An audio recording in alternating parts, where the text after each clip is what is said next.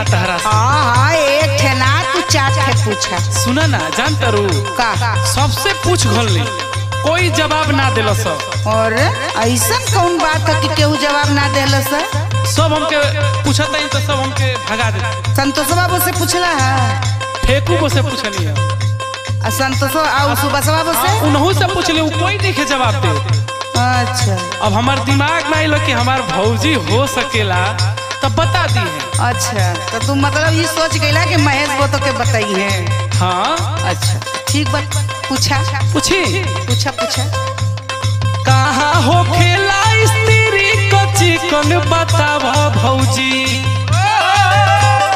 कहाँ हो खेला स्त्री को चिकन बतावा भौजी। बारू पढ़ल लिखल नीमन बतावा भौजी।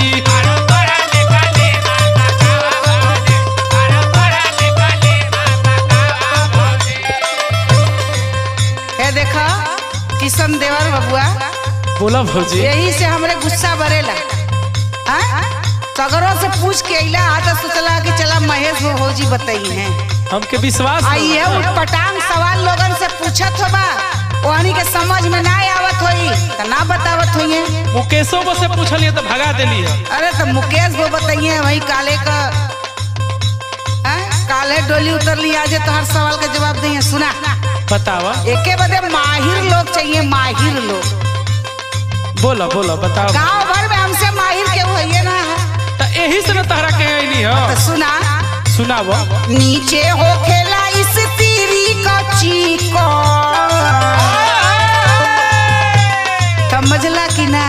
समझा तनी। साठ साठ ना न लगता नहीं साठ पे लगत बताओ। तू हमके बुर्बक समझला। स्त्री माने प्रेस। अरे हाँ और करे नीचवा का हम बतावत है। सुना बताओ। नीचे हो खेला इस तीरी का चिकन देवर बबुआ। पूछा मन में बजेवन देवर बबुआ। समझ में आवत है ना? एकदम एकदम। बस ना जाई अंदर। अरे ना ना अभी तो दू गो सवाल बा। पहला सवाल तो बड़ा सही बता देलू भौजी। देखा बेटा दांत मचिया सुनला में काम ना है। अरे दू गो बा बस। जल्दी पूछा। सब भगा दलो तो तू तो बतावो। अच्छा ठीक बा बताई बोला। तू सर का सवाल बतावो। हाँ बोला। का चीज हो खेला चोली के ऊपर।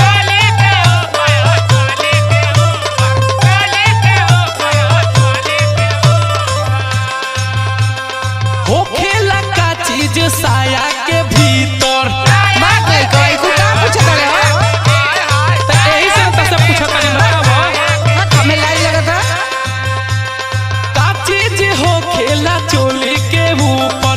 हो खेला का चीज साया के भीतर। लौकेला का हो भारत के आंगन बतावो भौजी। लौकेला का हो भारत के आंगन बतावो भौजी। बारू पढ़ल लिखल नीमन बतावो भौजी।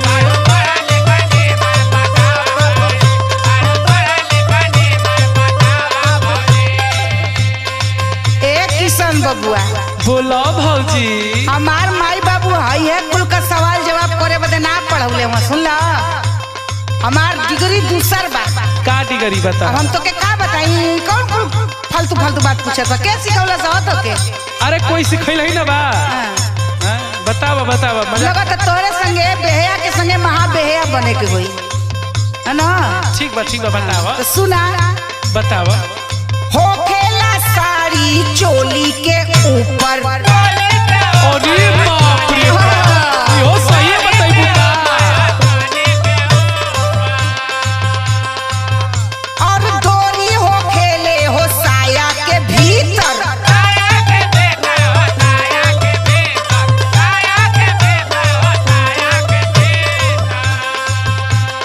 हो खेले साड़ी चोली के ऊपर। डोरी हो खेले हो साया के भीतर। और ही सुना सुनाव। कहा तारा कि अंगना बहोरत में का लौकेला तो बगलू कुछ ना लौकेला। का लौकेला हम बतावत हई। बताओ सुना बताओ। लौके सहूरा भारत के आंगन। बिटिया पतोह का सहूर वहीं से देखल कि लड़किया के कितना सहूर बा। सुनला बबुआ? सुनल बोलो। लौके सहूरा भारत के आंगन देवर बबुआ, पूछा मन में बजेवन देवर बबुआ।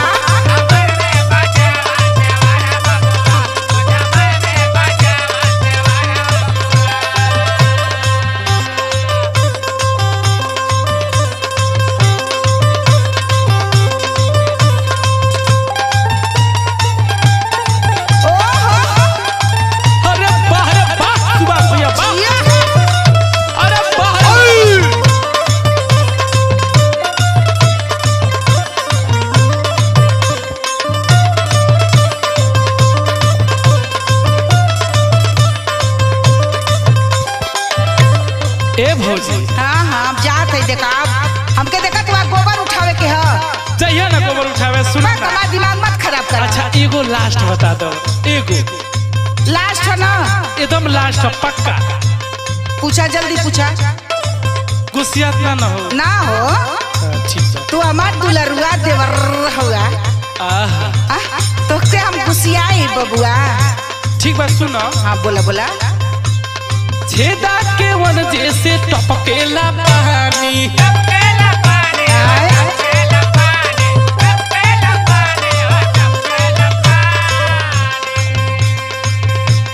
ए बबुआ का हो भौजी?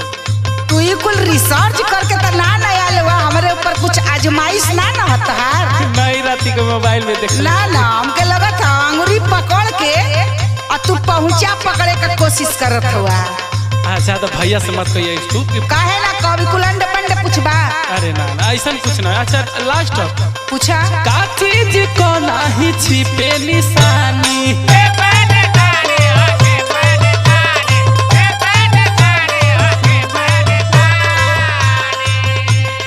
सुना भौजी। बोला हम तोहार सुनत ना एकदम पक गल।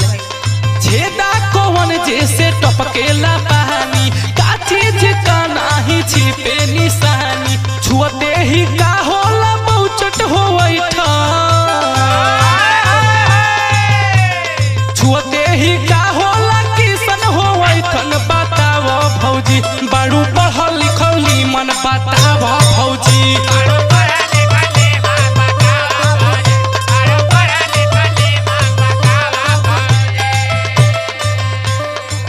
अच्छा तो माने के पड़ी। देखे के मुष्टि है लील जाए बर है ना। देखे में तब लड़का हुआ सुभाष। देखन में छोट लगे घाव करे गंभीर। यू मसल सिद्ध करत हुआ। ए बबुआ बोला भौजी। जब तोहार मन पितराता है तो सुना हम बतावत है। बताओ बताओ। वैसे तो बड़ा कुल जगह से पानी आवेला, लेकिन हम खास जगह के बात बतावत हैं जहाँ से हर वक्त आवेला। बताओ बताओ। सुना। अरे नलका के छेदा से टपकेला पानी।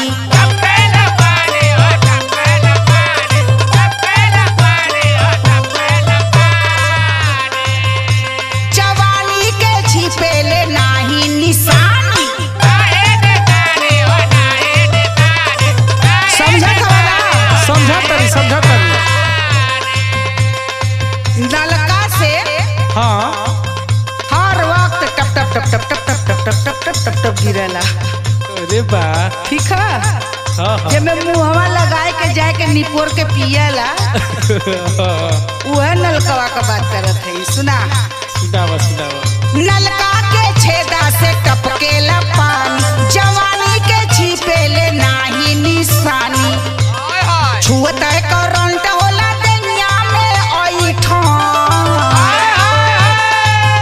अरे छुअत करंट होला दुनिया में ऐठन। देवर बबुआ पूछा मन में बजेवन देवर बबुआ।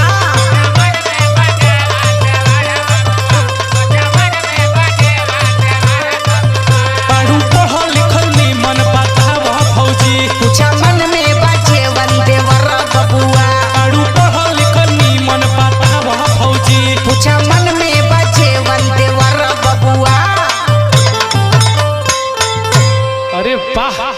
भौजी अब यहाँ से चल जाना, बता देती पैना उठा ले।